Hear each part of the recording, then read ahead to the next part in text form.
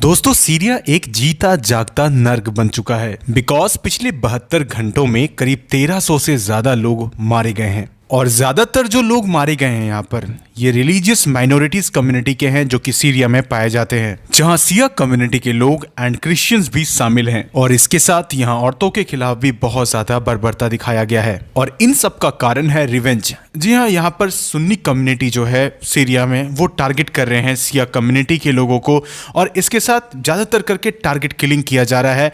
कई लोग गायब हो चुके हैं। तो अब कौन है इन सारी घटनाओं के पीछे, कौन जिम्मेदार है, इन सब चीज को हम डिस्कस करेंगे। लेकिन इसके साथ जिस तरीके का सीरिया का करंट सिचुएशन बन चुका है, सीरिया कई हिस्सों में टूट चुका है, आप ऐसा समझ लो, बिकॉज बशर अल असद के गिरते ही पूरी तरीके से सीरिया कोलैप्स कर चुका था। So many things to understand in this lecture, but before starting this I welcome you to Sriram's IAS, serving the nation since 1985. अब offline हो या online, we are the lifeline.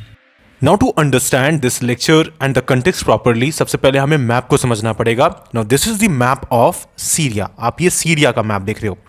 Now जैसे कि हम देख सकते हैं there are some countries which are important जो कि सीरिया को सराउंड करते हैं। नीचे आपको यहाँ जॉर्डन दिखेगा, this is Jordan. Here you will find this actually Iraq, यहाँ इराक है। ऊपर में आपको इधर टर्की दिखेगा। Now Turkey is very important here. Similarly यहाँ पर आपको इजराइल दिखेगा एंड दिस साइड लेबनन। तो ये कुछ कंट्रीज है जो सराउंड करते हैं यहाँ पर सीरिया को एंड इनका रोल डायरेक्टली है यहाँ पर। Directly they play a very important role in as such the politics and the all major developments of Syria. So now let's understand about the minority ethnic and the religious groups in Syria. अब इसे समझना काफ़ी ज़रूरी है इस पूरे topic को समझने के लिए। और इसके साथ देखो ये पार्ट और भी ज़्यादा इंपॉर्टेंट हो जाता है बिकॉज ऑफ मीन्स, क्योंकि यहाँ से आप पॉइंट्स को कोट कर सकते हो अपने आंसर में। अब डेमोग्राफिक्स जब हम बात करते हैं with respect to minority ethnic groups and religious demographics, तो देखो एथनिक ग्रुप यहाँ पर आपको कुर्द्स का मिलेगा जो कि around 10 to 15% of the population है, मतलब 2 मिलियन के आसपास आपको यहाँ पर पॉपुलेशन देखने को मिलता है कुर्द्स का। अब कुर्द्स आप काफ़ी ज़्यादा न्यूज़ में सुने होंगे बिकॉज ऑफ SDF। अब यहाँ पर ये लोग लड़ रहे थे अपनी एग्जिस्टेंस के लिए सीरिया में। ये चाहते हैं इनकी खुद की कहीं ना कहीं एक कंट्री बने और इसलिए ये कुर्द्स लैंड के लिए कहीं ना कहीं लड़ाई भी लड़ते हैं। अब टर्की इन्हें एक टेररिस्ट ऑर्गेनाइजेशन मानता है और इसीलिए कंटिन्यूअसली टर्की ने सीरिया में बहुत हैवी बॉम्बिंग भी किया था। अब दोस्तों मैंने आपको स्टार्टिंग में ही बताया कि किस तरीके से सीरिया में मास किलिंग किया गया है, बेगुनाह लोगों को मारा गया है। यहाँ पर करीब 72 घंटा में 1300 से ज़्यादा लोगों को मारा गया और एक बहुत बड़ा नंबर है ये, राइट।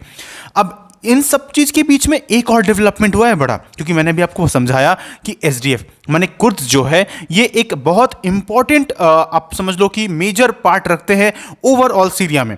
अब यहाँ पर होता क्या है कि ओवरऑल SDF और जो करेंटली सीरिया में इंटरिम प्रेसिडेंट है, मतलब तहरीर अल शाम जो है, इनके बीच में हमें एक कहीं ना कहीं समझौता और डील होते हुए दिखा है।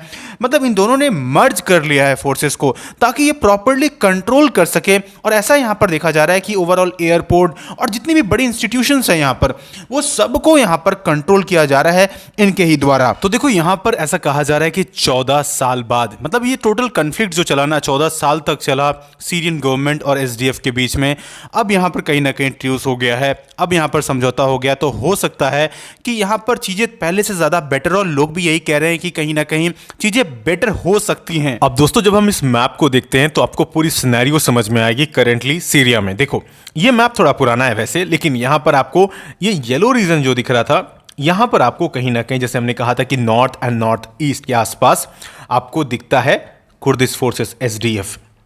दूसरी तरफ आपको ये छोटा सा ग्रीन कलर यहां पर दिख रहा होगा जो कि HTS हुआ करता था एंड ये रेड कलर उस वक्त में बशर अल असद का था। तो डेफिनेटली यहां पर हमने देखा कि बशर अल असद पर कंटिन्यूअसली प्रेशर क्रिएट किया गया HTS हयात तहरीर अल शाम के द्वारा और दूसरी तरफ SDF फोर्सेस के द्वारा। अब ये दोनों को हम देख रहे थे यहां पर सपोर्ट था कहीं ना कहीं यूनाइटेड स्टेट्स का।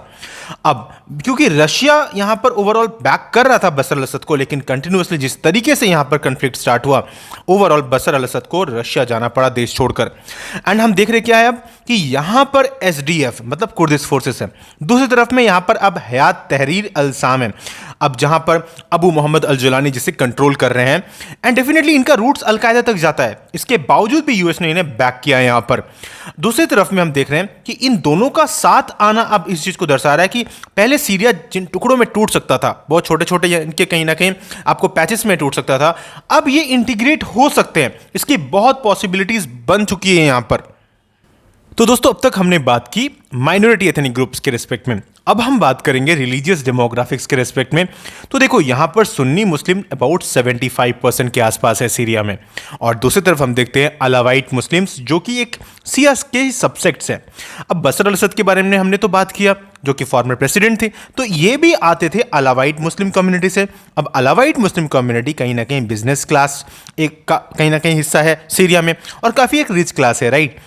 अब यहाँ पर इन्हें टारगेट किया गया रिसेंटली, राइट। अब ये अलावाइट मुस्लिम ही है जिन्हें बहुत ज़्यादा टारगेट किया गया रिसेंटली। ओवरऑल सीरिया में करीब 1300 से ज़्यादा कहीं ना कहीं लोग मारे गए हैं इस कम्युनिटी के। एंड इवन यहाँ पर क्रिश्चियंस भी हैं, क्रिश्चियंस को भी मारा गया है जो कि अराउंड 10% है, और अलावाइट 12% है, राइट। एंड बाकी यहाँ पर ड्रूज 3% एंड 4% आपको यहाँ पर देखने को मिलते हैं। तो एज सच ये कहीं ना कहीं डेमोग्राफिक्स है, एंड इसलिए यहाँ पर माना जा रहा है अलावाइट मुस्लिम्स को, क्योंकि देखो एक तो ये सिया है, दूसरी तरफ ये सपोर्टर थे बशर अल असद के, तो डेफिनेटली यहाँ पर उन्हें एक तरीके से टारगेट किया जा रहा है और उन्हें मारा जा रहा है, राइट।